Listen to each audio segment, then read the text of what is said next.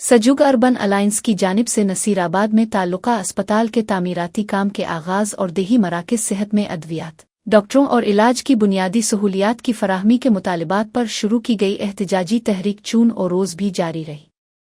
इस सिलसिले में इत्तेहाद की काल पर गोठ मरादी में शॉर्ट मार्च किया गया, जिसमें इलाका मकीनों, नौजवानों, तलबा, समाजी और सियासी कारकुनों ने बड़ी तादाद में शिरकत की। मुजाहिरीन ने बैनर्स और प्ले कार्ड्स उठा रखे थे और महकमा सेहत की नाअहली के खिलाफ शदीद नारेबाजी की।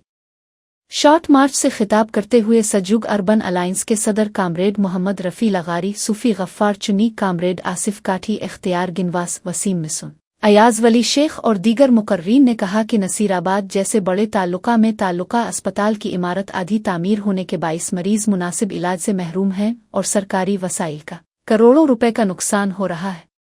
मुकर्रीन का कहना था कि देही मराकज़ सेहत में अद्वियात की शदीद किल्लत है, मुस्तकिल डॉक्टर और तिब्बी अमला तैनात नहीं, जबकि बुनियादी सहूलियात भी मुयस्सर नहीं, जिसकी वजह से गरीब अवाम शदीद मुश्किलात का शिकार है।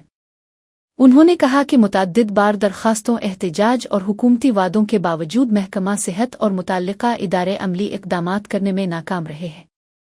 सजुग अर्बन अलायंस के कायदीन ने वाज़ेह किया कि उनकी एहतजाजी तहरीक मुकम्मल तौर पर पुरअमन है और मुतालिबात की मंजूरी तक जारी रहेगी।